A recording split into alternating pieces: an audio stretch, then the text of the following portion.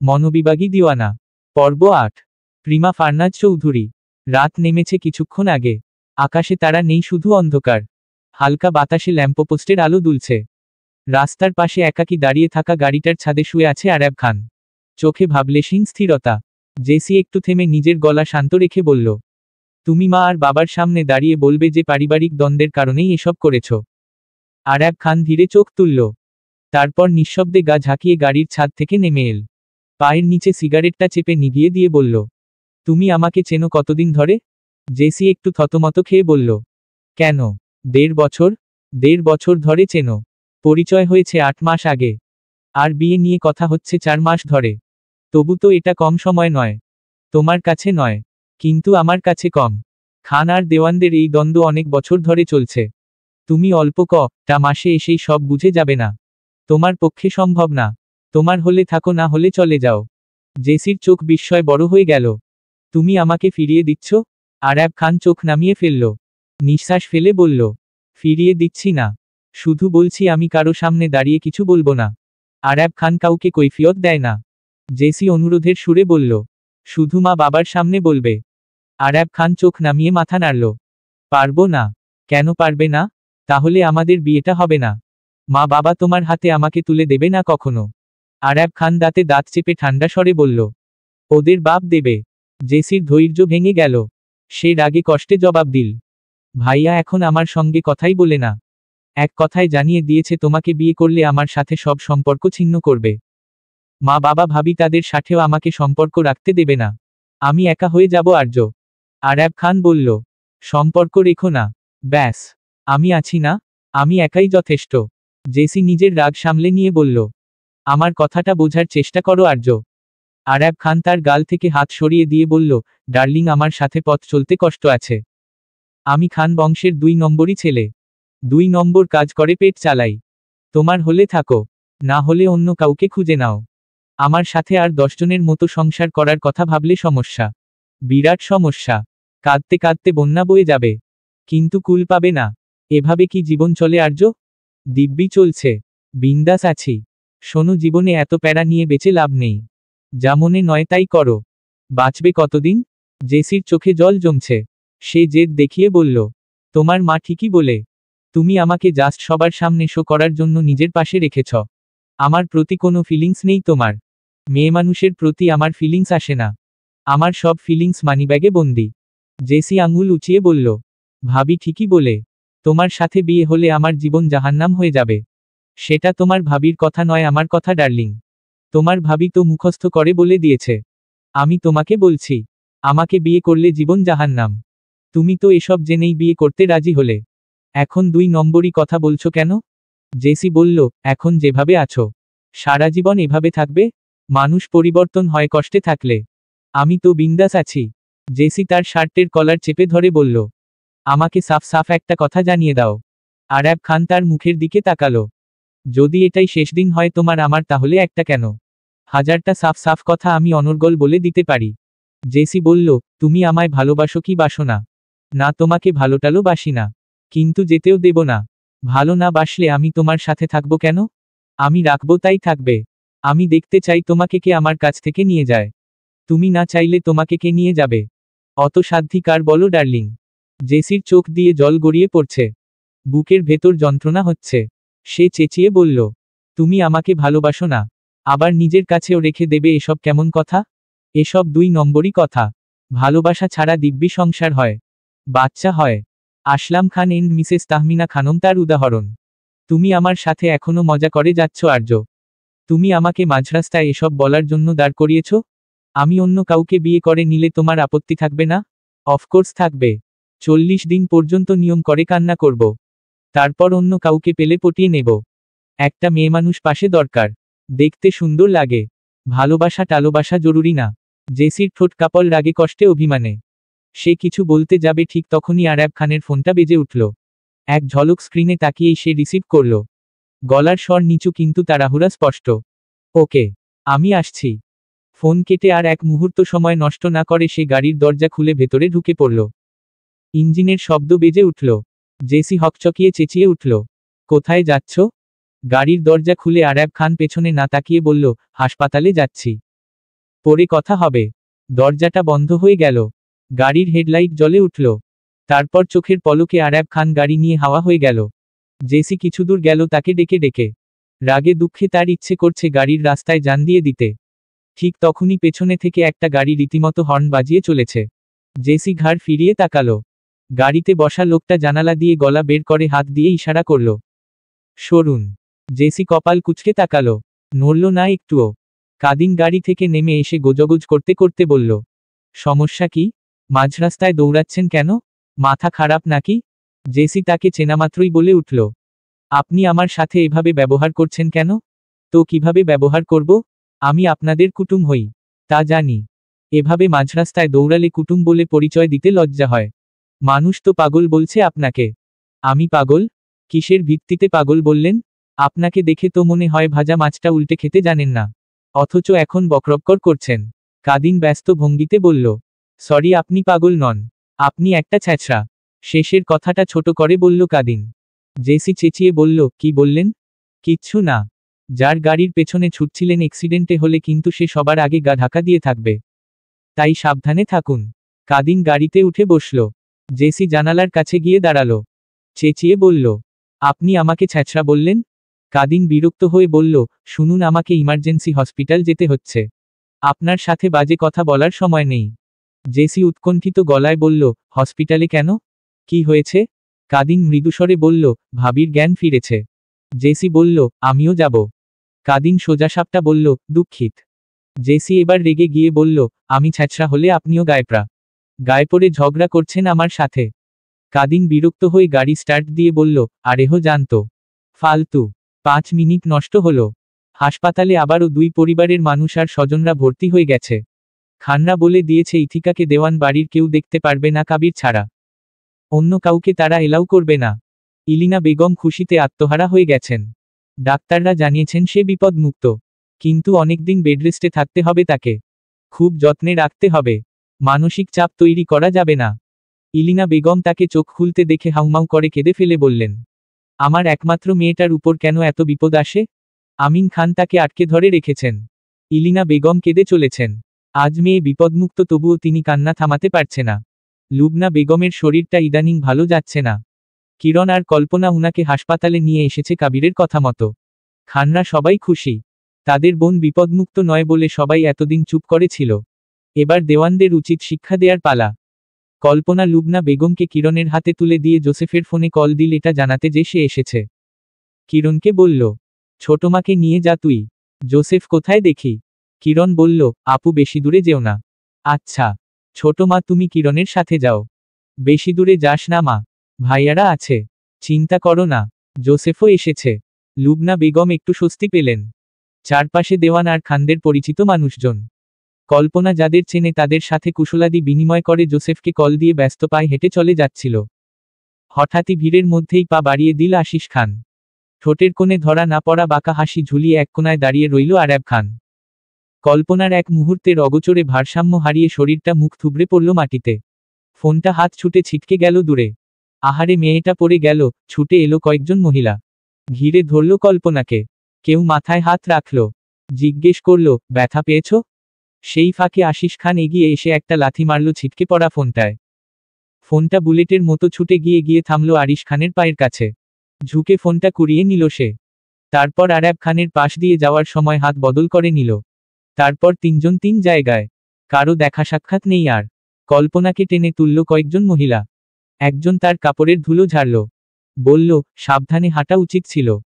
কল্পনা হাতের তালু আর কুর্তির ভাঁজ থেকে ধুলো ঝেড়ে ফেলে ফ্যাকাশে মুখে বলল, আমার ফোন। ঠিক তখনই ভিড় ঠেলে এগিয়ে এলো কাশেদ। চোখে ভ্রুকুটি। কিরে, হোঁচট খেলি নাকি? পাশ থেকে কাদিনও এসে দাঁড়ালো। সাবধানে হাঁটবি না? এত ভিড় এখানে। কল্পনা ওদের কথা শুনে অন্য কোথাও তাকিয়ে আছে। চোখের চাহনিতে সন্দেহ। সে চোখ ঘুরিয়ে দেখতে লাগলো আশপাশটা। ফোনটা কোথায় পড়ল? সঙ্গে সঙ্গে সবাই খুঁজতে শুরু করল। কিন্তু ফল শূন্য। কাশেদ বলল, ফোনে কল দে দেখি। কল্পনা দ্রুত কাদিনের ফোন থেকে নিজের নম্বরে কল দিল। কয়েক রিং যাওয়ার পরই একটানা শব্দ ভেসে এলো, the number you are trying to reach is currently switched off. চারপাশের কোলাহলের মধ্যেও যান্ত্রিক কণ্ঠস্বর কল্পনার বুকের ভেতর একটা ধাক্কা দিল। ফোনটা কেউ হাতিয়ে নিয়েছে? এত অল্প সময়ের মধ্যে? সে চারপাশে চোখ বুলালো, তন্ন তন্ন করে ফোনটা খুঁজতে লাগলো। একে একে সবাইকে জিজ্ঞেস করলো, আমার ফোনটা কেউ দেখেছেন? এখানেই তো পড়েছিল। কেউ কি দেখেছেন? সাদা কেস, স্ক্রিনে ফাটল। কেউ দেখেছেন? সবাই মাথা নাড়ল। একজন বলল, এত ভিড়ে খোয়া গেলে পাওয়া মুশকিল মেয়ে। কল্পনা তারপরও তার ফোনটা খুঁজতে লাগলো। কাদিন আর কাশেদও খুঁজছে। খুঁজতে খুঁজতেই হঠাৎ চোখ আটকে গেল এক কোণে। একটা স্তম্ভের পাশে হেলান দিয়ে দাঁড়িয়ে আছে আরাব খান। ছায়ার মতো ঠাই, কিন্তু চাহনিতে নিখাদ কটাক্ষ। তাকে লক্ষ্য করতেই ঠোঁটের কোণে টেনে তুলল একটুখানি বদমাইশি হাসি। তারপর ঠোঁট কামড়ে ফেলল। মনে হলো সে একটা চাপা আনন্দ পাচ্ছে এসব করে। হঠাৎ কল্পনার চোখে পড়ল তার হাতে ধরা ফোনটি। তার হারিয়ে যাওয়া ফোন। কান ঘেঁষে ধরে কথা বলছে কারো সঙ্গে। আর তীক্ষ্ণ চোখে তাকিয়ে আছে কল্পনার দিকেই। এক মুহূর্তের জন্য স্তব্ধ হয়ে গেল কল্পনা। বুকটা ধক করে উঠল। গলার ভেতর শুকিয়ে এলো। কার সাথে কথা বলছে তার ফোন থেকে? সে এক দৌড়ে ছুটে গেল কাদিনের কাছে। দম না নিয়েই হাঁপাতে হাঁপাতে বলল, ভাইয়া, আমার ফোনটা আরাব খানের কাছে ওরাই কুড়িয়ে পেয়েছে। ওরা আমায় ধাক্কা দিয়ে ফেলে দিয়েছে। কাদিন বলল, দাঁড়া, আমি যাচ্ছি। কল্পনার বুক টিপটিপ করছে। যদি জোসেফ ফোনটা তুলে ফেলে? সে কাদিনকে টেনে ধরল, ভাইয়া, আমার ফোনটা, প্লিজ। কাদিন তখনই কাশেদকে ডাকল, এই কাশেদ, এদিকে আয় তো। কাশেদ এগিয়ে এসে বলল, কি হয়েছে? কাদিন গম্ভীর গলায় বলল, ওর ফোনটা আর্য কুড়িয়ে পেয়েছে। গিয়ে নিয়ে আয়, কথা কম বলবি। কাশেদ তাড়াতাড়ি চলে গেল। কল্পনার চোখে মুখে অস্থিরতা। মিনিটখানেক পর কাশেদ ফিরে এল, মুখ গম্ভীর। ওরা তো বলছে ফোন পায়নি। অস্বীকার করছে। কল্পনা রেগে লাল হয়ে উঠে বলল, মিথ্যে বলছে, আমি স্পষ্ট দেখেছি। আমার ফোনে থেকে কার সঙ্গে যেন কথা বলছিল। কাশেদ রেগে গিয়ে বলল, আশ্চর্য, ওরা অস্বীকার করছে, সেখানে আমার আর কি করার আছে? কাদিন ঠান্ডা গলায় বলল, আচ্ছা তুই থাক, আমি দেখছি কি করা যায়। সে চুপচাপ হেঁটে গেল। কয়েক মিনিট পরে ফিরে এল। হাতে কল্পনার ফোন। কল্পনার দিকে ফোনটা বাড়িয়ে দিয়ে বলল, নে। বাদরামি করতে করতে ওরা সীমা ছাড়িয়ে যাচ্ছে। ইচ্ছে করছিল এক ঘুষিতে নাক ফাটিয়ে দিই। কল্পনা হাত বাড়িয়ে ফোনটা নিল। ফিসফিস করে বলল, ধন্যবাদ ভাইয়া। তখনই দেখা গেল জোসেফ আর তার মা বাবাকে। কল্পনা ওদের দেখে হালকা হাসল। দ্রুত এগিয়ে গিয়ে সালাম করল, কুশল বিনিময় করল। জোসেফের দিকে তাকিয়ে একটু একটু হাসল। বলল, ভাবি এইমাত্র চোখ মেলেছে। আপাতত বিপদমুক্ত। বড় ভাই ভেতরেই আছেন। আপনারা ভেতরে চলুন। জোসেফ শান্ত গলায় বলল, মা আর বাবা যাক, তুমি একটু দাঁড়াও, কথা আছে। কল্পনা একটু থমকে বলল, তাহলে কিরণকে ডেকে পাঠাই? জোসেফ মাথা নাড়িয়ে বলল, দরকার নেই, মা বাবা একাই যেতে পারবে। ঠিক তখনই হঠাৎ আরাব খান এসে হাজির। জোসেফের মা বাবাকে সালাম দিয়ে ঠোঁটে ব্যঙ্গাত্মক হাসি টেনে বলল, দেওয়ানি, তোমার ফোনের কভারের নিচে যে 1000 টাকার নোটটা রেখেছিলাম সেটা দাও তো। কল্পনার চোখ জ্বলে উঠল। সে দাঁতে দাঁত চেপে কথা আটকে রাখল। জোসেফ আর তার মা পাশে দাঁড়িয়ে। কিছু বললেও পরিস্থিতি বিপক্ষে চলে যাবে। সে নিজেকে সামলে নিয়ে বলল, কোনো টাকা নেই আমার কাছে। তোমার টাকা আমি রাখবো কেন? আরাব হেসে বলল, আরে মশকরা করো না, টাকাটা দাও। দরকার ছিল রাখলাম, এখন ফেরত দাও। তুমি নিজেই কভারের নিচে রেখেছ। কল্পনা মুখ শক্ত করে ফোনের কভার খুলল। সত্যি 1000 টাকার ভাঁজ করা নোটটা বেরিয়ে এল। সে একটু অবাক হওয়ার সুযোগও পেল না। তার আগেই নোটটা কেড়ে নিয়ে পকেটে ভরতে ভরতে হাঁটতে লাগলো আরাব খান। মাঝপথে থেমে আবার ঘুরে দাঁড়িয়ে বলল, তোমার কাছ থেকে কিন্তু এখনো 50 টাকা পাওনা রয়ে গেছে। মনে আছে? সেদিন ফুচকা খেয়েছিলে আমার টাকায়। শোধ না করলে কিন্তু বদহজম হবে। বলেই হাসল। কল্পনা শুধু তাকিয়ে রইল। চোখে চেপে রাখা অপমানের আগুন ঠোঁট সোজা রেখেও কাঁপছে। জোসেফ কপাল কুঁচকে তাকিয়ে আছে তার দিকে। কল্পনার ভেতরে দাউ দাউ করে আগুন জ্বলছে। সে জোসেফের চোখের দিকে তাকালো। তারপর রাগে দুঃখে তেড়ে আসা কান্নাদের ঢোক গিলে ফেলে বিড়বিড়িয়ে বলল, আরাব খান, তোমাকে আমি। ইথিকা ধীরে ধীরে চোখ মেলেছে। মা বাবাকে দেখেছে, তারপর কাবিরকে। কাবিরের দিকে চোখ রাখার পর সময় নিয়েই চোখ সরিয়েছে। এই অল্প দিনে আগের ইথিকার অবশিষ্ট কিছু নেই। শরীর শুকিয়ে এতটুকুনি হয়ে গেছে। ইলিনা বেগম তার মাথায় হাত বুলিয়ে বললেন, আর কোনো ভয় নেই মা, এবার তুমি পুরোপুরি সুস্থ হয়ে যাবে। আমরা তোমাকে অনেক দূরে নিয়ে যাব। তোমাকে আমরা আর একা ছাড়ব না এবার। ইথিকা নির্বাক, স্থির পাথরের মতো শুয়ে আছে। কথা নেই, সাড়া নেই, মাঝে মধ্যে পলক পড়ছে দু একবার। ঠোঁট দুটো শুকিয়ে চৌচির। আমিন খান কি মনে করে ইলিনা বেগমকে নিয়ে বেরিয়ে গেলেন। তারা বেরিয়ে যেতেই নার্স আর ডাক্তাররাও একটু হালকা করে দিলেন কেবিনটা। ইথিকা এখনো সোজা তাকিয়ে আছে। কাবির তার শয্যার পাশে এসে বসল নিঃশব্দে। ইথিকার চোখের পাতা পড়ছে না এবার। কাবির গলা পরিষ্কার করে ডাকল, আনঝিল। ইথিকার নড়চড় নেই। কাবির ধীরে সুস্থে তার হাত ধরল। ইথিকার শরীর একটু কেঁপে উঠল। কাবির তার মুখের দিকে তাকালো। বলল, তুমি ওদের বলে দেবে তুমি কোথাও যাবে না। তোমার সাথে আমার অনেক হিসেবনিকেশ বাকি। আমি তোমার পাওনাদার হয়ে থাকতে চাই না। আমাকে ঋণমুক্ত করে তবেই যেতে পারবে। ইথিকা এখনো সোজা শুয়ে আছে রোবটের মতো। এদিকে তার চোখের কোণা বেয়ে জল গড়াতে গড়াতে কান ছুঁয়ে গেছে ততক্ষণে। কাবির চোখের জল মুছে দিতেই ইথিকার ভেতর থেকেই একটা কান্নার সুর উথলে উঠে আবারও ভেতরে ঢুকে গেল। গলার কাছে আটকে থাকল। কাবির বলল, আমার সামনে তুমি কাঁদতে পারবে? ইথিকার চোখের জল অবিরত পড়তে লাগল। ইথিকাকে আজই হাসপাতাল থেকে ছাড় দেওয়ার কথা ছিল, কিন্তু তার আগের রাতেই কাবিরের অনুপস্থিতির সুযোগে খান পরিবার চুপি চুপি তাকে সরিয়ে নিয়ে গেছে। সকালে যখন কাবির হাসপাতালে পৌঁছালো তখন সে দেখল ইথিকার বেড ফাঁকা। কোনায় রাখা বড় একটা ব্যাগ পড়ে আছে। মনে হচ্ছে তাড়াহুড়ো করে কেউ রেখে গেছে। ব্যাগটা খুলতেই তার চোখে পড়ল পরিচিত ইথিকার ব্যবহৃত তোয়ালে, আধভরা পানির বোতল, কিছু সুতির কাপড়, আরাম দিতে ব্যবহার করা হিটব্যাগ আরও অন্যান্য জিনিস। অবশ্য কথা ছিল না ইথিকাকে তারা দেওয়ান বাড়ি পাঠাবে, কিন্তু তবুও কাবির চেয়েছিল সে ইথিকাকে দেওয়ান বাড়িতেই নিয়ে আসবে। আর খানরা সেসব মানতে বাধ্য, কারণ হাজারবার জঘন্য অপরাধ করা সত্ত্বেও খানরা তাদের সুযোগ দিয়েছে, সেখানে তারাও একটা সুযোগ অনায়াসেই পেতে পারে। কিন্তু তাদের এমন চালাকি দেখে মেজাজ বিগড়ে গেল তার। কাদিনও এসেছিল সাথে। সে খোঁজখবর নিয়ে জানতে পারল রাত 1:30টার দিকে তারা হাসপাতাল ছেড়েছে। কাবির সঙ্গে সঙ্গে ফোন লাগালো। আসলাম খান, ইলিনা বেগম, কেউ ফোন ধরল না। আমিনো খানও না। শেষে বাধ্য হয়ে আরাব খানকে ফোন করল। আরাব খান ফোন রিসিভ করে সাথে সাথে বলল, আসসালামু আলাইকুম জামাই সাব। কাবির রাগে সালামের জবাব দিল না। বলল, আনঝিল কোথায়? ঘুম। ওকে নিয়ে গেছিস, আমাকে জানালি না কেন? সত্যি বলবো নাকি মিথ্যে বলবো? যেটা বললে তোর কান বরাবর চর পড়বে না। আরাব খান হাসল। একবার দেওয়ান বাড়ি গিয়ে দুটো চর খেয়ে ভালো ছেলের মতো ফিরে এসেছিলাম। চরটা তোলা রেখেছি খুব যত্ন করে। কেউ রেগে হোক আদর করে। গাল ছুঁয়ে দিলেই আমি সেটা যত্ন করে তুলে রাখি। বলেই হাসতে লাগলো অভদ্রের মতো। কাবির অনর্থক কথাগুলোকে এড়িয়ে গিয়ে বলল, আমি আনঝিলকে আমাদের বাড়িতে নিয়ে আসব। না না, সেটা না করে বরঞ্চ তুমি তল্পিতল্পা গুছিয়ে শ্বশুরবাড়ি চলে আসো। সমস্যা নেই। তুমি বললে আমি আসি, সারিস আর বড় ভাই মিলে তোমাকে আনতে যাব। খান বাড়ির জামাই বলে কথা। কাবির টোটালি নিজের রাগ সামলাতে পারছে না। আরাব খানের ভাগ্য ভালো, সে এমন রসিকতা কাবিরের সামনে দাঁড়িয়ে করার দুঃসাহস দেখায়নি। কাবির নিজের কথায় অটল থাকল। গলার স্বরেও তার ভেতরে গনগন করে জ্বলতে থাকা রাগ আঁচের এক ফোঁটাও টের পাচ্ছে না। সে শান্ত গলায় বলল, আমি যাব, কিন্তু আনঝিলকে নিয়ে তবেই ফিরব। তোরা আমাদের সাথে যা করেছিস তা ভুলে যাবি না। জোসেফের বদলে তুই একটা খুনিকে নিয়োগ করলে, যেটা আজকে আর আমাদের মাঝে থাকতো না।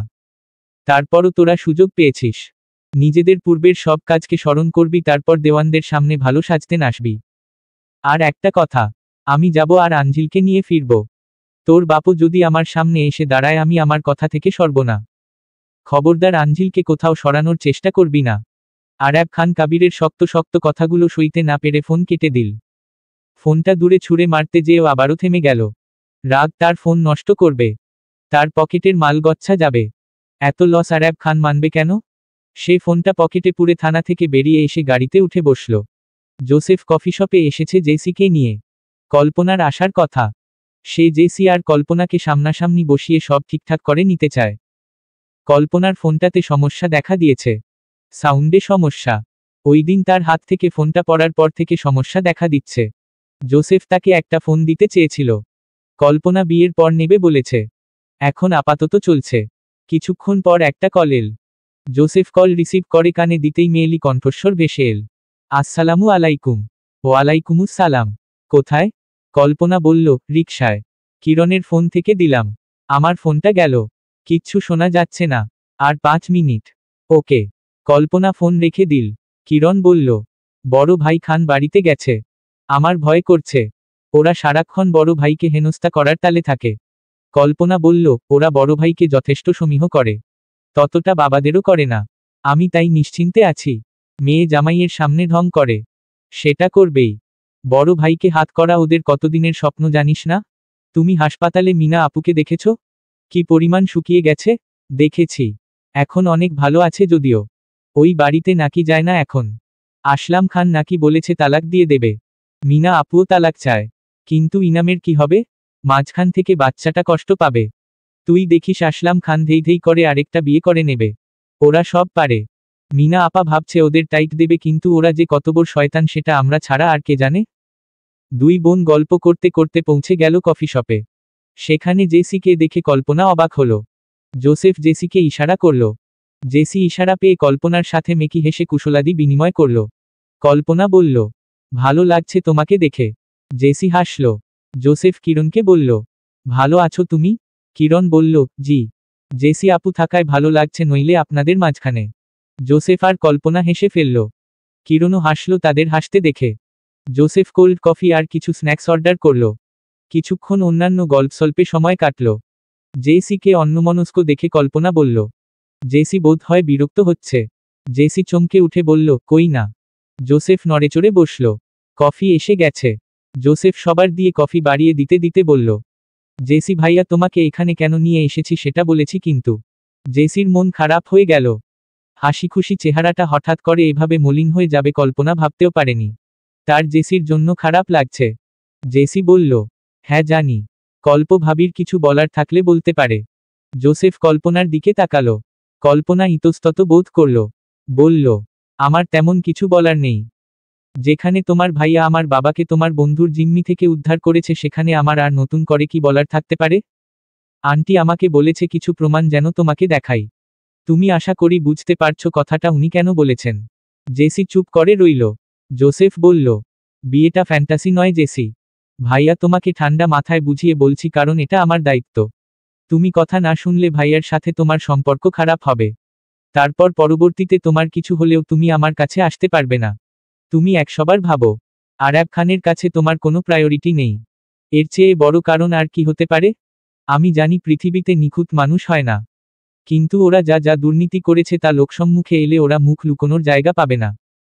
সামনের ইলেকশনে হয়তো আমিন খান মন্ত্রীপদে বসবে। তখন তাদের অবস্থান আরও পাকাপোক্ত হবে। আর তারা আরও বেপরোয়া হবে। তোমার সাথে অন্যায় হলে তুমি প্রতিবাদ করতে পারবে না। তোমার সেই স্পর্ধাটুকুও হবে না। তুমি বাচ্চা মেয়ে নও। আমি জানি তুমি তোমার বুদ্ধি দিয়ে সবটা বিচার করবে। আর হ্যাঁ, আমি কল্পকে নিয়ে এসেছি যাতে তোমার আর তার মধ্যকার সব মনোমালিন্য মিটমাট হয়ে যায়। কারণ বিয়ের পরও তোমাদের সাথে থাকবে। আম্মুর মধ্যে যা যা কনফিউশন ছিল ওকে নিয়ে আমি সব দূর করে দিয়েছি। চেয়েছি তোমারটাও দূর হোক। আশা করছি আমি পেরেছি। জেসি চোখ নিচে নামিয়ে রেখেছে। তার চোখে জল টুইটুম্বুর করছে। জোসেফ সস্নেহে তার মাথায় হাত রাখল। জেসি কেঁদে উঠল। কল্পনা বলল, প্লিজ তুমি আমাকে ভুল বোঝো না। তুমি আরাব খানকে কিছুদিন ইগনোর করো, ওর স্বরূপ তোমার সামনে বেরিয়ে আসবে। আমার কথাটা মিলিয়ে নিও। ও আমার সাথে যা করেছে। জেসি হুট করে প্রশ্ন করল, ও কি তোমাকে পছন্দ করে? কল্পনা হকচকিয়ে গেল। জোসেফও কপাল কুঁচকে ফেলল। কিরণ বলে উঠল, না হহ, অসম্ভব।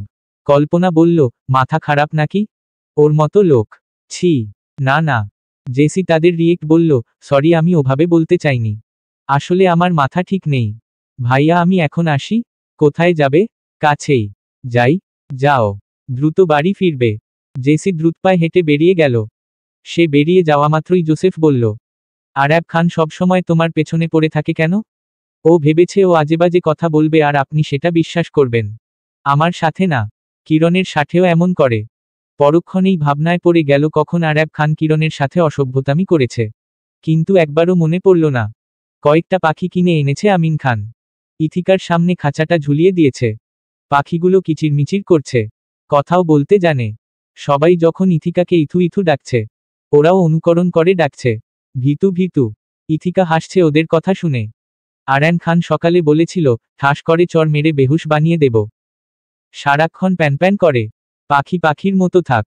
মানুষের মতো কথা বলবি কেন? সেই থেকে ক্ষেপে আছে। একটা দানাও মুখে নেয়নি এখনো। ইথিকা এখন তাদের আদর করে খাওয়ানোর চেষ্টা করছে। সে হুইল চেয়ারে বসা। পায়ে জোর দিয়ে হাঁটাচলা করা নিষেধ। তবে অল্পস্বল্প হাঁটতে হবে। একেবারে বসে থাকলেও সমস্যা। বাড়ির কাজের কর্মী একজন এসে ইলিনা বেগমকে তাজা খবর দিল, জামাই এসেছে। ইলিনা বেগম ফোন কলে ব্যস্ত ছিলেন। কাবির এসেছে শুনে তড়িঘড়ি করে নিচে নামলেন। কাবির সোফায় বসে আছে। গায়ে একটা সাদা শার্ট, উপরে কালো ওয়েস্টকোট। চেহারা গম্ভীর সম্ভীর। উজ্জ্বল কপালে ঘাম চিকচিক করছে। ইলিনা বেগম ফোনে আমিন খানকে বললেন, কাবির এসেছে দেখলাম। তাড়াতাড়ি বাড়ি আসো। কাবির দাঁড়িয়ে পড়ল। বলল, আঞ্জিল ঘুম নাকি জেগে? ইলিনা বেগম বললেন, ওর বাবা ভাইরা না আসার আগে আমি তোমাকে কিছু বলতে পারছি না। তুমি এসেছো যখন তখন বসো। চাচা চা কফির আয়োজন করুন। কাবির বলল, আমি খেতে আসিনি। আঞ্জিলের সাথে দেখা করতে চাই। তুমি চাইলেই তো আর আমরা দেখা করতে দিতে পারছি না। ওকেও চাইতে হবে। ও বাইরের লোকজনের সামনেই যেতে চাচ্ছে না লজ্জায়। ও এখনো ওই ট্রমা থেকে বেরিয়ে আসতে পারেনি। কাবির বলল, আমি বাইরের লোক নই। তাই তো বের করে দিয়েছিলে। তার মাসুল এখনো দিচ্ছি। আমি দেখা করব ওর সাথে। আমাকে যেতে দিন। ইলিনা বেগম তার সাথে উঁচুস্বরে কথা বলতে পারলেন না। বললেন, ওর বাপ ভাই আসুক। তারপর ওর বাবা তোমার সাথে কথা বলবে। উনাকে বলুন ইলেকশন নিয়ে থাকতে। আমি পরপুরুষ নই যে আঞ্জিলের সাথে দেখা করার জন্য আমার পারমিশন লাগবে। ইলিনা বেগম তার সাথে বেশিক্ষণ যুক্তিতর্কে পেরে উঠল না। কাবির উপরে চলে গেল। বাড়ির কাজের পরিচালক আহমেদ চাচা হুইল চেয়ার ঠেলে ইথিকাকে নিয়ে আসছিল। কাবিরকে দেখে থমকে গেল। কাবির বলল, ও জরুরি জিনিসপত্র আর ঔষধের বাক্সটা নিয়ে আসুন গাড়িতে। আহমেদ চাচা মাথা দুলিয়ে চলে গেলেন। কাবির তারপর ইথিকার দিকে তাকালো। ইথিকার পরনে সাদা কামিজ, কালো ওড়না গলায় জড়ানো। রুগ্ন চেহারায় আগের চাইতে খানিকটা উন্নতি এসেছে। কোনো কথা বলল না সে। হুইল চেয়ারের চাকা ঘুরিয়ে কাবিরের পাশ দিয়ে চলে যাচ্ছিল। কাবির আটকে ফেলল। শক্ত করে চেয়ারটা ধরে রাখল। ইলিনা বেগম এসে বললেন, কাবিরও অসুস্থ এখনো। ওই বাড়িতে ওর প্রপার ট্রিটমেন্ট হবে না। ওখানে সবাই ওর শত্রু। ওকে এখানে থেকে সুস্থ হতে দাও। কাবির বলল, আমি ওকে এখানে রাখব না ব্যাস। ইলিনা বেগম ইথিকার দিকে তাকিয়ে বলল, মা ওকে বলে দাও তুমি যেতে চাও না ওর সাথে। ইথিকা বলল, I'm so tired mom, I really need to rest. Kabir সাথে সাথে কটমট করে উঠে বলল, দেওয়ান বাড়িতে রেস্ট নেওয়া যাবে। ইথিকা চোখ তুলে তাকালো। কাবির নিজেকে শান্ত রাখার চেষ্টা করল। বলল, তুমি আর ওদের লাই দিও না। আমার পরিস্থিতিটা বোঝার চেষ্টা করো। আমার সাথে ফিরে চলো আঞ্জিল। ইলিনা বেগম বলল, সমাজের চোখেও একজন ধর্ষিতা। তোমার একজনের ধর্ষিতার সাথে সংসার করতে লজ্জা করবে না? স্বামী হিসেবে ওকে নিজের কাছে রেখে সুস্থ করার জন্য নিতে আসা তোমার দায়িত্ব। তুমি তোমার দায়িত্ব পালন করেছ। এবার তুমি এসো কাবির। ও তোমার সাথে যাবে না। কাবির ইথিকাকে হ্যাচকা টান দিয়ে হুইল চেয়ার টেনে তুলল। কোলে তুলে নিয়ে হুইল চেয়ারটা পায়ে ঠেলে দিয়ে নিচে চলে যেতে লাগল। ইলিনা বেগমের হইচই কানে তুলল না। ইথিকা নির্বাক চেয়ে রইল। আরাব খান বাড়িতে ঢুকে কাবিরকে নামতে দেখে বক্র হেসে বলল, আরেব্বাস মজনু তার লাইলিকে নিয়ে যাচ্ছে দেখছি। ম্যাচিং করে কাপড়ও পরেছে দেখলাম। গোপনে গোপনে ফোন কল চলে নাকি ইথুর মা ভিতু? ইথিকা কিছু বলার শক্তি জোগাড় করার আগেই কাবির আরাব খানের পাশ দিয়ে বেরিয়ে গেল। আরাব খান বলল, জামাই চা বিস্কুট খান। বউ নিয়ে এত তাড়াহুড়ো কেন? কাবির ইথিকাকে গাড়িতে বসালো। তারপর আর দেরি না করে গাড়ি ছেড়ে দিল। ইথিকা হা করে চেয়ে আছে। কাবির হঠাৎ তার দিকে তাকাতেই ইথিকা চোখ সরিয়ে নিল। কাবির গাড়ির স্টিয়ারিং আরও শক্ত করে চেপে ধরল। ইথিকা আর চোখে স্টিয়ারিং চেপে ধরা শক্ত হাতজোড়া দেখতে লাগল। আহমেদ চাচা ইথিকার ব্যাগপত্র নিচে নামালো। ততক্ষণে কাবির চলে গিয়েছে। আরাব খান ইউনিফর্ম পাল্টে এসে সুটকেসটা নিয়ে বলল, বোনের শ্বশুরবাড়ি কি খালি হাতে যাওয়া যায়? এইসব নিয়েই না হয় যাই। আহমেদ চাচা খানিকটা রাগ মিশিয়ে বলল, ওখানে যে তোমার কাজ কি? আরাব খান হাসল। আহমেদ চাচার ন্যাড়া মাথায় হাত বুলিয়ে বলল, কাজ তো অনেক আছে রে টাকলা। আহমেদ চাচা অপমানিত বোধ করলেন। এই বাড়ির ছেলেগুলো এত বেয়াদব। তিনি মুখ ফুটে প্রতিবাদ করতে গেলে আরও বেইজ্জত করবে। তাই কিছু বললেন না। পেটের দায় কাজ করে খেতে তো হবে। কিন্তু এই বেয়াদবগুলোকে তিনি একদিন দেখে নেবেন। আরাব খান কাবিরের পিছু পিছু দেওয়ান বাড়িতে হাজির। তখন কল্পনা আর কিরণ হাসতে হাসতে বাড়ির ভেতর ঢুকে পড়েছে সবেমাত্র। তাদের হাতে হাওয়ায় মিঠাই। জোসেফ অনেকগুলো হাওয়ায় মিঠাই কিনে দিয়েছে। খাওয়ার পরেও অবশিষ্ট থেকে গেছে অনেকগুলো। ঝিনুক আর লায়লা খালা পছন্দ করে। ওরা খাবে। আরাব খান সোফায় বসেছিল এক পায়ের উপর আরেক পা তুলে। পা নাচাচ্ছিল। তা দেখে কল্পনা আর কিরণ থমকে দাঁড়ালো। আরাব খান ধীরে ধীরে মাথা ঘুরালো। কল্পনা আর কিরণকে দেখে দাঁড়িয়ে পড়ল। ঠোঁট গোল করে বাঁশি বাজাতে বাজাতে বলল, বেআইন। এসে পড়েছি কিন্তু আদর আপ্যায়ন না নিয়ে যাচ্ছি না। কল্পনা হাতের মুঠো শক্ত করে উপরে চলে গেল। কিরণও দৌড় লাগালো। আরাব খান হাসতে লাগল। হাসতে হাসতে রিমোট চেপে টিভির সাউন্ড বড় করে দিল। সাধারণত নিউজ দেখার জন্য টিভিটা বসানো হয়েছে এখানে। নইলে এভাবে নাচগান দেখে না কেউ। লায়লা খালা এসে টেবিলটা মুছতে লাগল। আরাব খানকে বলল, জুতা বাইরে খুলে আসবা। জুতায় এত ময়লা নিয়ে ভিতরে আসবা না এরপরের বার থেইকা। বেডা তো দেখতে সুন্দর সান্দর আছো কিন্তু অমন বেয়াদব ক্যা? আরাব খান এই সোফা থেকে লাফ দিয়ে সামনের সোফায় গিয়ে গা এলিয়ে পা টেনে বসল। বলল, বেশি সুন্দর আমি? মেয়ের জামাই বানাবে? আমার কোনো বেডি নাই, সব বেডা। বেডারা বিয়া করে ফেলছে, বউ পাইয়া এখন আমারে ভাত দেয় না। আরাব খান হাসতে লাগল। দেওয়াই উচিত না। তক্ষুনি কল্পনার ডাক ভেসে এল, খালা তাড়াতাড়ি উপরে আসো, হাওয়ায় মিঠাই খাবে। আরাব খান তার গলার আওয়াজ শুনে আবারও একলাফে সোফা বদল করে বসে উপরে তাকালো যাতে কল্পনা তাকে দেখতে পায়। কিন্তু কল্পনাকে দেখা গেল না। লায়লা খালা হঠাৎ ভুরু কুঁচকে বলল, তোমরা সবকটা ভাই বাদুরের মতো এত তিরিং তিরিং করে লাফাও কেন বাপু? এক জায়গায় স্থির হয়ে বসে থাকতে পারো না? আরাব খান কপাল কুঁচকে বলল, কি বললে? লায়লা খালা বলল, কিছু না। আরাব খান হে হে করে হেসে উঠে বলল, শুনে ফেলেছি কিন্তু। শুনছো ভালা কথা, তো আবার জিগাও কেন? কি বললে? কিছু না। আরাব খান গলা কাত করে বলল, শুনে ফেলেছি কিন্তু। লায়লা খালার চিৎকুর দিয়ে কাঁদতে ইচ্ছে হলো। আর বলতে ইচ্ছে করলো, ঝাঁটাটা কোথায় রেখেছি, কেউ খুঁজে দে, এরে ঝাঁটা মেরে বিদেও করি। লায়লা খালাকে বিড়বিড় করতে দেখে আরাব খান আঙুল তাক করে বলল, শুনে ফেলেছি কিন্তু। লায়লা খালা চেঁচিয়ে উঠে বলল, গোলামের ফুতাই নড়ে। লুবনা বেগম, ঝিনুক, কিরণ সবাই তার একডাকে উপস্থিত। কি হলো রব পড়ে গেল। খান বাড়ির 2 নম্বর বাদরটা মুরব্বিটাকেও ছাড়ল না। ইথিকা কারো সাথে কথাবার্তা বলছে না আসার পর থেকে। লুবনা বেগম জিজ্ঞেস করেছিল তার শরীর এখন কেমন, ইথিকা জবাব দেয়নি। কাবির তাই মাকে বারণ করে দিয়েছে যাতে এখন তার সাথে কোনরূপ কথাবার্তা না বলে, আগে স্বাভাবিক হোক। নিচে সুটকেস আনতে যেতেই কাবির দেখল লায়লা খালার সাথে আরাব খান হাসি ঠাট্টায় মজে আছে। লুবনা বেগম, কিরণ, ঝিনুক সবাই লায়লা খালাকে ডাকছে, কিন্তু লায়লা খালা আরাব খানের উপর বেজায় রেগে গেছে, চেঁচাচ্ছে। আরাব খানও ঠান্ডা মাথায় জবাব দিচ্ছে। তার ভাব দেখে মনে হচ্ছে সে খুব গুরুত্বপূর্ণ কাজ করছে। কাবিরকে দেখে লায়লা খালা থেমে গেল। ঘোমটা টেনে নিয়ে বলল, দেইখো বড়সাব, তোমার সম্বন্ধী আমার লগে কিরকম বেয়াদবিটা করতেছে। আরাব খান বলল, বেয়াদব বেয়াদবি তো করবেই। কাবির সুটকেসটা টেনে নিয়ে যেতে যেতে বলল, সবার সাথে তর্কে জড়িয়ে লাভ নেই। লায়লা খালা মুখ মোচড় দিয়ে চলে গেল। আরাব খান হাসল। কিরণ তাকে হাসতে দেখে ঝিনুককে বলল, অদ্ভুত লোক, এরকম তত্ত্বাদর লোক আমি জীবনে দেখিনি। আপুর সাথে ওই দিন যা যা করল, ভাগ্যিস জিজু আন্টিকে ম্যানেজ করেছে, বলে কিনা আপু ওর সাথে লং ড্রাইভে গিয়েছে। অসভ্য মিথ্যেবাদী জানোয়ার। আরাব খান তার দিকে তাকাতেই কিরণ দ্রুত চলে গেল সেখান থেকে। আরাব খান মনে মনে হাসল, ছোটে দেওয়ানিরও তেজ কম না। কাবির ঘরে ঢুকেই ক্লান্ত ভঙ্গিতে কাপড়চোপড় নামিয়ে বলল, চেঞ্জ করতে চাইলে করে নাও, আমি একটু বেরোবো, তাড়াতাড়ি ফিরব। তোমার কিছু বলার থাকলে বলতে পারো। ইথিকা মুখ ফিরিয়ে চুপ করে বসে আছে, চোখে জমাট বাঁধা কষ্ট। তাকে ফিরিয়ে এনে কি প্রমাণ করতে চাইছে উনি? তাকে খুব ভালোবাসে, তাকে চোখে হারাচ্ছে। তার মতো মেয়েকে ভালোবাসা এত সহজ নয়। সে সমাজের চোখে একটা নর্দমার কীটের মতো ঘৃণিত, দেওয়ানদের কাছে তা আরও জঘন্য। এসব কি কাবির দেওয়ানের দয়া নয়? ইথিকার মাথার রগ দপদপ করছে, গলাটা শুকিয়ে এসেছে, অতিরিক্ত চিন্তা নেয়া যাচ্ছে না। কাবির ফাইলপত্র গুছিয়ে নিতে নিতে হঠাৎ তার দিকে তাকালো, জানতে চাইল, শরীর খারাপ লাগছে? আমার শরীরটা এমনিতেই খারাপ, আমি কিছুদিন বাইরে ঘুরতে যেতে চেয়েছি। কোথায় যেতে চাও? কার সাথে? একা। কাবির বলল, বেশ, তুমি ভেবেচিন্তে সিদ্ধান্ত নাও কোথায় যাবে, আমি তোমাকে নিয়ে যাওয়ার ব্যবস্থা করছি। কিন্তু একা নয়, আমি তোমাকে একা কোথাও ছাড়তে পারবো না। ইথিকা সুটকেস থেকে বের করা কাপড়চোপড়গুলো দেখে নিতে নিতে বলল, পরে জানাবো। এখানে সব টপস আর ভারী ড্রেসগুলো দিয়েছে, এখানে এসব পরি না আমি। কাবির ড্রেসগুলোর দিকে তাকালো, বলল, কাবার্ডে তোমার আরও ড্রেস আছে, বের করে দেব? ইথিকা শক্ত কণ্ঠে বলল, এত দয়াদাক্ষিণ্য চাই না আমার। কাবির থমকে গেল, কপাল কুঁচকে চেয়ে রইল ইথিকার দিকে। ইথিকা তাকাতেই তার সাথে চোখাচোখি হলো।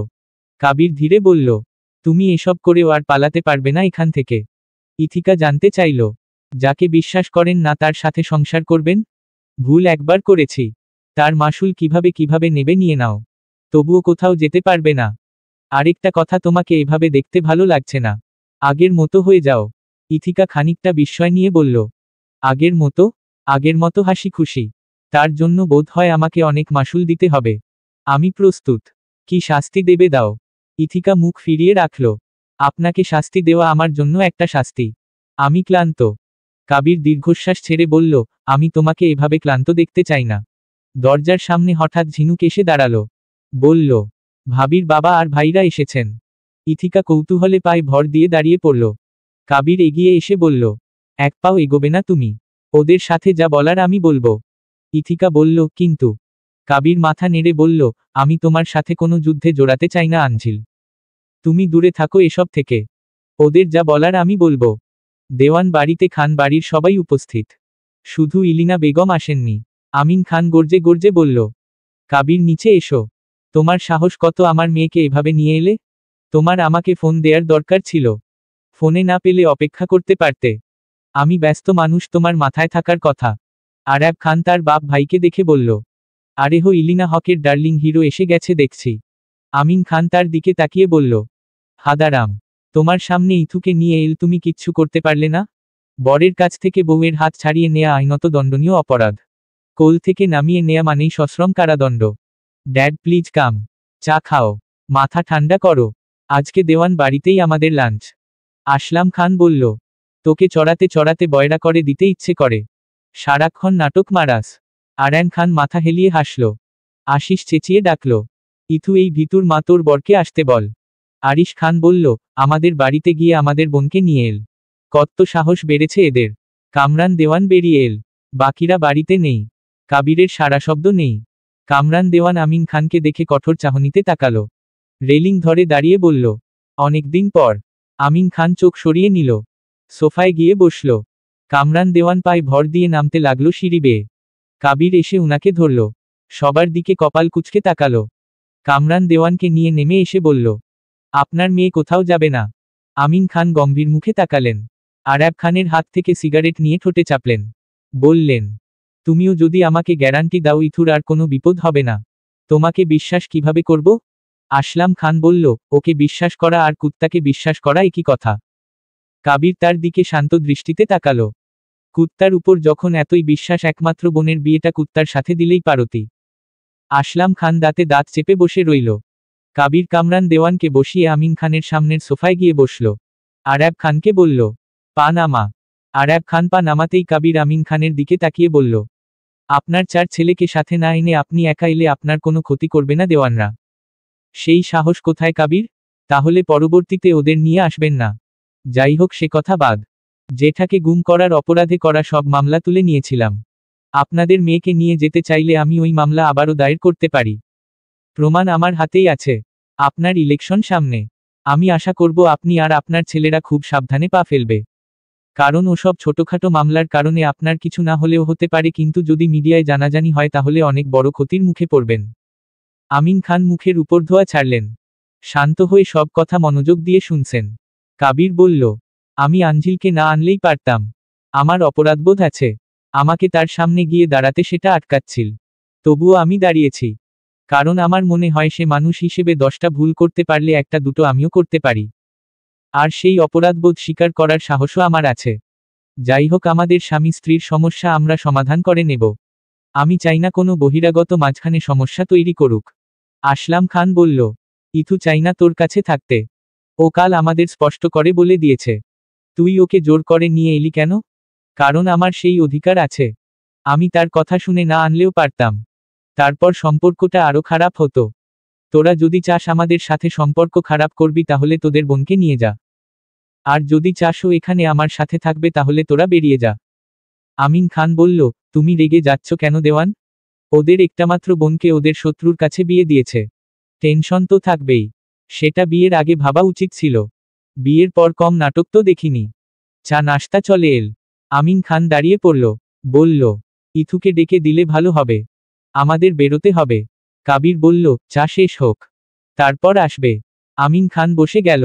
চায়ের কাপ তুলে নিল। ছেলেদের ইশারা করল। সবাই চায়ের কাপ তুলে নিল। আরাব খান হঠাৎ বলে উঠল, 20-20। কথাটা শোনামাত্রই সবার মুখ থেকে চা ফসকে পড়ল। উপস্থিত সবাই হতবাক। ঝিনুক আর লায়লা খালা হতভম্ব হয়ে গেল। সবাইকে বড় বড় চোখ করে তাকাতে দেখে আরান খান অট্টহাসিতে ফেটে পড়ল। হাসতে হাসতে উঠে দাঁড়ালো। তারপর আঙুলে চাবি চাবি ঘুরাতে ঘুরাতে চলে যেতে লাগলো। হঠাৎ থেমে গিয়ে লায়লা খালার দিকে তাকিয়ে বলল, আবার আসবো কিন্তু। লায়লা খালা হকচকিয়ে গেল। চা খাবে বলে বলে গলা ফাটাচ্ছিল হারামজাদা। কিন্তু এখন চাটা এভাবে বরবাদ করে চলে গেল। কত দুধ চা পাতা খরচ হয়েছে দেওয়ানদের, তার কোনো হিসেব আছে বেটা? কাবির কারখানায় পরিদর্শনে এসেছে। সাদা অ্যাপ্রন পরে, মাথায় হেয়ার ক্যাপ, পায় শু কাভার, সব নিয়ম মেনে সে ঢুকেছে প্রোডাকশন ইউনিটে। সেখানে অটোমেটেড মেশিনে ট্যাবলেট প্রস্তুত হচ্ছে। মেশিনের এক পাশে কর্মীরা ফয়েল প্যাকেজিংয়ে ব্যস্ত। গ্লাভস পরা টেকনিশিয়ানরা ওষুধের গুণগত মান পরীক্ষা করছে। কাদিন আর কাশেদ সেখানকে দেখা যাচ্ছে। কাবিরের কয়েকটা নমুনা সংগ্রহ করল পরীক্ষাগারে পাঠানোর জন্য। ঠিক তখনই নাজিফা এসে হাজির। ভাইয়া আপনি? বিস্ময়ের সুর তার গলায়। কাবির অবাক হয়ে তাকালো। তুমি এখনো এখানে কি করছো? ডিউটি তো শেষ। নাজিফা বলল, একটা রিপোর্ট সাবমিট করা বাকি ছিল। চলে যাব এখন। কাবির বলল, বাইরে অনেক ঝড়, সাবধানে যাবে। আমাদের গাড়ি আছে, ড্রাইভারকে বললে পৌঁছে দেবে। একা যেও না। নাজিফা বলল, একটা কথা বলার ছিল ভাইয়া। বলো।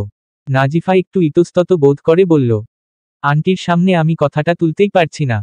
আমি আর ওই বাড়িতে থাকতে চাইছি না। যেহেতু চাকরি হয়েছে আমি এফোর্ড করতে পারবো বাসা ভাড়া। কাবির ভেবেচিন্তে বলল, কল্পর বিয়ে অবধি থাকো। তুমি তো রাতটুকুই বাড়িতে থাকছ, এত আনিজি ফিল করার দরকার নেই। নাজিফা মাথা দুলিয়ে বলল, জি। আরেকটা কথা ভাইয়া। বলো। নাজিফা হাত মোচড়াতে মোচড়াতে বলল, আসলে ওই দিন বড় আঙ্কেল ছটফট করছিল দেখে আমি কল্পকে বলতেই ছুটে যাচ্ছিলাম, কিন্তু পথিমধ্যে ভাবির দেখা হওয়ায় উনি জানতে চাইলেন আমি কেন ওভাবে ছুটছিলাম। আমি কারণটা বলার পর উনি নিজেই এগিয়ে গেলেন দেখার জন্য, আর কল্পকে বলার জন্য। আমি কল্পকে বলতে পারিনি ও বাড়ি ছিল না বলে। কল্প তার কিছুক্ষণ পর বাড়ি এসেছে। আর যখন এসেছে তখন আঙ্কেল অনেকটা অসুস্থ হয়ে পড়েছিল। কাবির বলল, বুঝেছি। আমি তোমার ভাবির সাথে এই বিষয়ে পরে কথা বলবো। নাজিফার চোখ নিচে। সে বলল, মাঝহাবের খোঁজ কি পেয়েছেন? কাবির হঠাৎ খেয়াল করল নাজিফার নাকে এখনো নাকফুল, হাতে এখনো চুড়ি রয়ে গেছে। মেয়েটা কি অন্ধ? তার স্বামী তাকে ঠকিয়েছে শোনার পরও কিভাবে সে এখনো তার চিহ্ন নিয়ে ঘুরছে? কাবিরের হঠাৎ কার উপর রাগ হলো সে নিজেও বুঝতে পারল না। হয়তো মাঝহাবের উপর। ও কি করে পারল এমন একটা মেয়েকে ঠকাতে? সে কেশে উঠে গলা পরিষ্কার করে বলল, না, কিন্তু আমি খুঁজছি। কল্প আমাকে জিজ্ঞেস করছিল ওই দিন। কেন? জানি না। জানতে চাচ্ছিল আপনি মাঝহাবের কোনো খবর আমাকে দিয়েছেন কিনা। কাবির বলল, সব ঝামেলা একত্রে এসে পড়েছে। আমি একটু ফ্রি হই। তুমি এখন চিন্তামুক্ত থাকো। আরেকটা কথা, এসব চুরি নাকফুল আর পরো না। মাঝহাব ফিরলেও এসব পড়ার দরকার নেই। ও তোমার যোগ্য না। নাজিফা অবাক চোখে তাকালো। কাবির চলে গেল তার অবাক দৃষ্টিকে উপেক্ষা করে। মানুষ কি করে নিজের অর্ধাঙ্গিনীকে ঠকায়? পাপ করার সময় নিষ্পাপ চেহারাটা একবার মনে পড়ে না? রাত 11:30টার ঘরে ঘড়ির কাঁটা। কলিমুদ্দিন দেওয়ানের ঘর থেকে কাশির শব্দ ভেসে আসছে। মানুষটা নানান অসুখ বিসুখে ভুগছে। এতদিন তিনিও গুরুতর অসুস্থ ছিলেন। লুবনা বেগমের যত্ন আত্মীরে এখন একটু সুস্থ। উনার ঘরে 2 ছেলে আর 1 মেয়ের বৈঠক বসেছে কাবিরের বউ নিয়ে। বড় ফুপু বললেন, আর যাই হোক, মেয়েটার বদনাম হয়ে গেছে। গায়ে কালি লেগে গেলে তা সহজে মুছে না। আমার কাবিরের মানসম্মান আর রইল না। 10টা মানুষের সামনে ও এই বউ নিয়ে দাঁড়াতে পারবে? আমার ভাবতেই খারাপ লাগছে আমার ভাইপোকে এরকম মেয়ের সাথে সংসার করতে হচ্ছে। কাউসার দেওয়ান আর কামরান দেওয়ান নিজেদের মতামত জানালো। কামরান দেওয়ান বলল, কাবির নিয়ে এসেছে ওকে। শুনেছি ও আসতে চাচ্ছিল না। কাবির যখন এনেছে তখন সেখানে আমাদের কিছু বলার থাকতে পারে না। কথার প্রসঙ্গ উল্টেপাল্টে গেল এক বৈঠকে। প্রসঙ্গ গিয়ে থামল সেদিনকার ঘটনায়। কাউসার দেওয়ান কথায় কথায় বলল, ওদের খুনগুম করতে হাত কাঁপে না। কল্পর সামনেই নাকি একজনকে কুপিয়ে বস্তাবন্দি করে নিয়ে গেল। কাবিরের সামনে একজনের মগজ বের করে নিল। ওরা সব পারে। আমার কাবিরের জন্য ভয় হয়। ছেলেটা কিসের মধ্যে জড়িয়ে পড়ল? যাদের কাছ থেকে মুক্তি চেয়েছি চিরকাল তাদের সাথেই জড়িয়ে পড়তে হলো। কামরাম দেওয়ান বলল, তুই এত টেনশন করছিস কেন? ওদের সাথে তো উঠবস করতে হচ্ছে না কাবিরকে। ওর বউ ঠিক থাকলেই হলো। মেয়েটাকে ওর মা আর বাপ ভাইরা শান্তি দিচ্ছে না। ফোনে মনে হয় এটা সেটা বলে ফুসলায়। তাই অমন করে। নইলে তো ছাড়াছাড়িটা তখন হয়ে যেত। লুবনা বেগম দরজার পাশে দাঁড়িয়েছিলেন। তিনি এবার কথা বলে উঠলেন, ঠিক বলেছেন দাদা। বৌমা সেবার একা একা পালিয়ে এসেছিল। ওর মন না থাকলে এতদিনে ছাড়াছাড়ি হয়ে যেত। বউয়ের দোষ দিয়ে লাভ নেই। ওর বাপ ভাইরা ওকে ফুসলায় কাবিরের বিরুদ্ধে। বড় ফুপু বলল, বাপ ভাইয়ের কথায় চললে সংসার ভাঙবে। কারো কিছু হবে না। সে নিজেই কাবিরকে হারাবে। ওরকম ছেলে লাখে একটা, সেটা তখন বুঝবে। লুবনা বেগম বেরিয়ে গেলেন। সেকেন্ডের মধ্যে ফিরে এসে বললেন, ও এসে গেছে। হয়েছে, চুপ যান আপনারা। দেখেন আগে পরে কি হয়। কল্পর বিয়েটা ভালোই ভালোই মিটে যাক, তারপর ওর সাথে কথাবার্তা বলবেন। কাবির প্রায় ভিজে বাড়ি ফিরেছে। লুবনা বেগম এগিয়ে এসে বললেন, এমা ভিজলে কিভাবে? মাঝপথে একটা গাছ ভেঙে পড়ল, কয়েকজন মিলে ওটা সরালাম, তারপর এলাম। তোমরা খেয়েছো? আমি আর লায়লা খাইনি, বাকিদের খাইয়ে দিয়েছি। ও খেয়েছে? ঘরে দিয়ে এসেছি, খেয়েছে কিনা জানি না, দরজা বন্ধ দেখলাম তাই আর ডাকাডাকি করিনি। কাবির বলল, আচ্ছা আমি চেঞ্জ করে আসি। নাজিফা এসেছে না? হ্যাঁ, সে তো কবে এসেছে, খেয়ে দিয়ে ঘুমিয়ে পড়েছে, চলে যাবে যাবে বলছে। আমি বললাম থাকো আর কিছুদিন, তোমাকে আর পাচ্ছি কোথায়। মা ছেলে কথা বলতে বলতে কিছুদূর গেল, তারপর লুবনা বেগম রান্নাঘরের দিকে চলে গেলেন। যেতে যেতে কল্পনাকে বললেন, আহা সকালে বলিস কথা, ঘুমা এখন, না ঘুমিয়ে চোখের নিচে কালি ফেলে দিচ্ছে। এই কিরণ এত হাসাহাসি কিসের? ঘুমিয়ে পড় দুজন। বড় ফুপু বলল, কার সাথে কথা বলছো? কল্পকে ডাক দিলাম। এত কিসের কথা যে বলে ছেলেটার সাথে? কিরণও যোগ দিয়েছে। কি বলে এত হাসাহাসি করে কে জানে। বড় ফুপু হাসল, আজকালকার ছেলেদের কথা বলো না, এরা বউ বলতে অজ্ঞান। আর আমরা পাশাপাশি বসে কথা বলার সুযোগটাই পেতাম না তখন। হ্যাঁ, কিরণ বলল, কল্প কথা না বললে নাকি আবারও রাগটাগ দেখায়। ওই ছেলেকে আমার ভালোই লাগে, বলুক গে কথা, হবু বউয়ের সাথেই তো বলছে। হ্যাঁ, বিয়ের দিন তারিখ পড়লে কাজ বেড়ে যাবে বাড়িতে। যাই কাবিরের জন্য ভাতটা বেড়ে দিই। কাবির ঘরের দরজা ঠেলতেই দরজা খুলে গেল। ঘর অন্ধকার। সে সুইচ টিপে আলো জ্বালিয়ে দিতেই কপাল কুঁচকে ফেলল। ইথিকা কোথাও নেই। আবার কোথায় গেল? সে দ্রুত ঘর থেকে বেরিয়ে গিয়ে লুবনা বেগমকে ডাকল, মা। লুবনা বেগম দ্রুত পায়ে ছুটে আসতে আসতে বলল, কি হয়েছে? উনাকে দেখামাত্রই কাবিরের মাথায় এল আঞ্জিল ওয়াশরুমে নয়তো? সে তো চেক করেনি। লুবনা বেগম তার মুখের দিকে তাকিয়ে আছে। কি হয়েছে কাবির? না কিছু না। ভাত বাড়ো। হ্যাঁ বেড়েছি। তাড়াতাড়ি এসো। তিনিও চিন্তিত মুখে চলে যেতে লাগলেন। ছেলেটার আবার কি হলো? কাবির ঘরে চলে এল। আবারও ঘর অন্ধকার। আলো না জ্বালিয়ে সে ওয়াশরুমের দিকে এগোতে যাবে তখনই ইথিকার সাথে ধাক্কা। আর সাথে সাথে ইথিকার চিৎকার। চিৎকার করতে করতে তাকে ধাক্কা দিয়ে সরিয়ে দিতে গেলে কাবির তার মুখ চেপে ধরে বলল, আমি তুমি আলো বন্ধ করলে কেন? আশ্চর্য। ইথিকা চুপ করে গেল। কাবির দ্রুত আলো জ্বালিয়ে দিল। ইথিকা জবুথবু হয়ে দাঁড়িয়ে আছে, গায়ে একটা ভেজা শাড়ি, একটা গামছা জড়ানো উপরে। কাবির অবাক হয়ে এগিয়ে এসে বলল, এই অবস্থা কেন? ইথিকা উত্তর দিল, ছাদে গিয়েছিলাম। কাবিরের বিস্ময়ে ঝরে পড়ল। এই পা নিয়ে? ইথিকার অস্বস্তি হচ্ছে। আগে কখনো এমন হয়নি, ওই ঘটনার পর থেকে এমন হচ্ছে। বাবা ভাই ছাড়া কোনো পুরুষ মানুষের সামনে গেলেই তার দমবন্ধ লাগছে। কাবিরের সামনে একটু বেশিই, কারণ তার ইজ্জত এই লোকটার হাতেই। কিন্তু কোনোদিন তাদের মধ্যে কোনো ঘনিষ্ঠ সময় কাটেনি। তার আগেই কি বীভৎস ঘটনার সম্মুখীন হতে হয়েছে তাকে। কাবির রাগ দেখিয়ে বলল, তুমি এই শরীরে ভিজছিলে? কি অদ্ভুত আঞ্জিল। ইথিকা বলল, আপনি আমাকে ধমকাচ্ছেন কেন? এভাবে ধমকালে আমাকে রেখে দিয়ে আসুন। আমি তোমাকে ধমকাচ্ছি না, জিজ্ঞেস করছি তুমি এই শরীরে কেন ভিজতে গেলে? আপনি নিজেই তো বলেছেন আমাকে হাসি খুশি থাকতে। আমার কেন যেন মনে হচ্ছিল বৃষ্টিতে ভিজতে পারলে ভালো লাগবে। কাবিরের চোখ গেল তার পায়ের কাছে। পায়ে ক্ষত চিহ্নের দাগ স্পষ্ট, এখনো অনেকটা ক্ষত ভালো করে শুকোয়নি। কাবির অবাক হয়ে বলল, তাই বলে এভাবে? আপনি নিজেও তো ভিজেছেন। ইচ্ছে করে নয়, কিন্তু তুমি ইচ্ছে করে ভিজেছ। এখন জ্বর বাঁধালে তোমার বাদর ভাইরা বলবে এখানে এসে জ্বর বেঁধেছে তাদের বোনের। বলুক। কাবির তাকে পিঠ করে দাঁড়িয়ে কাবার্ড থেকে তার শার্ট নিতে নিতে বলল, তোমার খুশি হওয়ারই কথা। ইথিকা বলল, আমি চেঞ্জ করব না? কে দেখে আছে? আলো নিভিয়ে দিন। কাবির আলো নিভিয়ে দিল। নিজের ভেজা ওয়েস্টকোটটা খুলে টেবিলের দিকে ছুঁড়ে মারল। ওদিকে ইথিকা দাঁড়িয়েছিল। ওয়েস্টকোটটা তার মুখের উপর গিয়ে পড়ল। সে সাথে সাথে কোটটা কাবিরের দিকে ছুঁড়ে মারল। কাবির হকচকিয়ে গেল। ওয়েস্টকোটটা ধরতেই আরও একটা কাপড় এসে তার মুখে পড়ল। ইথিকার ভেজা গামছা। কাবির বলে উঠল, কি হচ্ছে এখানে? ইথিকা বলল, আলো জ্বালালে খুন করে ফেলব। কাবির বলল, আলো নিভিয়ে লাভ কার হয়েছে? আমি তো সব দেখতে পাচ্ছি। ইথিকা চেঁচিয়ে উঠে বলল, কি? কাবির বলল, হ্যাঁ তাই। স্পষ্ট দেখতে পাচ্ছি তুমি কি রঙের কামিজ পরছ। ইথিকা বলল, খুন করে ফেলব? মিথ্যুক কোথাকার। কাবির বলল, বেগুনি রঙের কামিজ পরছ, গায়ে সাদা সাদা হলুদ ফুল, সাদা সেলোয়ার। ভুল বলছি? ইথিকা বলল, আপনি একটা খারাপ লোক। কাবির কিছু বলল না। ইথিকা চেঞ্জ করার পর আলো জ্বালিয়ে দিল। কাবির তখন শার্টের এক হাত নামিয়েছে। ইথিকা তা দেখে তৎক্ষণাৎ আলো নিভিয়ে দিয়ে বলল, আপনাকে জঘন্য লাগে ওভাবে? স্বাভাবিক। মানুষ কাপড়চোপড়েই দেখতে সুন্দর। আপনি ভীষণ বাজে বাজে কথা বলেন মাঝে মধ্যে। সেটাও স্বাভাবিক। পুরুষ মানুষের কথাবার্তা ঘরের বাইরেই সুন্দর। আপনি আমাকে রাগাচ্ছেন। আমার মোটেও ইয়ার্কি ভালো লাগছে না। আমি ঘুমাবো। কড়া মেডিসিন নিচ্ছি। তাড়াতাড়ি ঘুমিয়ে পড়তে হয়। কাবির বলল, তোমাকে কি আমি ধরে রেখেছি? না, কিন্তু আপনি গায়ে শার্ট না দিলে আমি লাইট জ্বালাতে পারবো না। দিয়েছি। ইথিকা আলো জ্বালিয়ে দিল। সাথে সাথে কাবিরের প্রশস্ত বুক দেখে চেঁচিয়ে উঠে আলো নিভিয়ে দিল। কাবির হেসে উঠে ভেজা কাপড় ছাড়িয়ে শার্ট গায়ে ছড়ালো।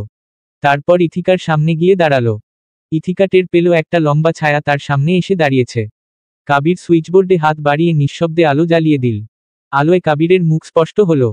আর ইথিকার চোখ এক মুহূর্তের জন্য তার দিকে স্থির হয়ে থাকল।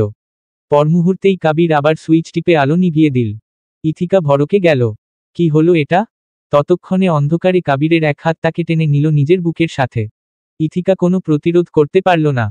তার নরম শরীর লতার মতো জড়িয়ে গেল কাবিরের গায়ে। তার হাত চলে গেল কাবিরের পিঠে। থমকে গেল সে। তার শরীর কাঁপছে। সেই কাঁপুনির শব্দ নেই। তবু কাবির টের পেল। সে আরেক হাতেও ইথিকাকে আগলে নিল শক্ত করে। তাদের মাঝখানে কোনো ফাঁক রইল না। ইথিকা তার থুতনি কাবিরের কাঁধে রেখে নিঃশব্দে স্তব্ধ হয়ে রইল। চোখ বেয়ে জল গড়িয়ে পড়তে লাগল। অথচ সে নিজেও তা টের পেল না। কাবিরের মুখটা এতটাই কাছে যে তার গাল ছুঁয়ে যাচ্ছে ইথিকার গাল। আর কোনো শব্দ নেই বাইরের ঝড়ের শব্দগুলো ছাড়া। শুধু দুই শরীরের মাঝখানে জমে থাকা কথা। ভেঙে ভেঙে নিঃশ্বাস বের হয়ে আসা নিঃশ্বাসের কথা। ইথিকা কাঁদছে নিঃশব্দে। দম আটকানো ফোঁপানিতে বুক কাঁপছে তার। সেই কাঁপন কাবিরের বুকেও আঘাত করছে। কাবির আরও শক্ত করে জড়িয়ে নিল তাকে। এই আলিঙ্গনে কোনো সংকোচ নেই, কোনো দ্বিধা নেই, কোনো আত্মগরিমা নেই। শুধু একটা উপলব্ধি হলো, এই ছুঁয়ে থাকাটাই সত্য, চলমান।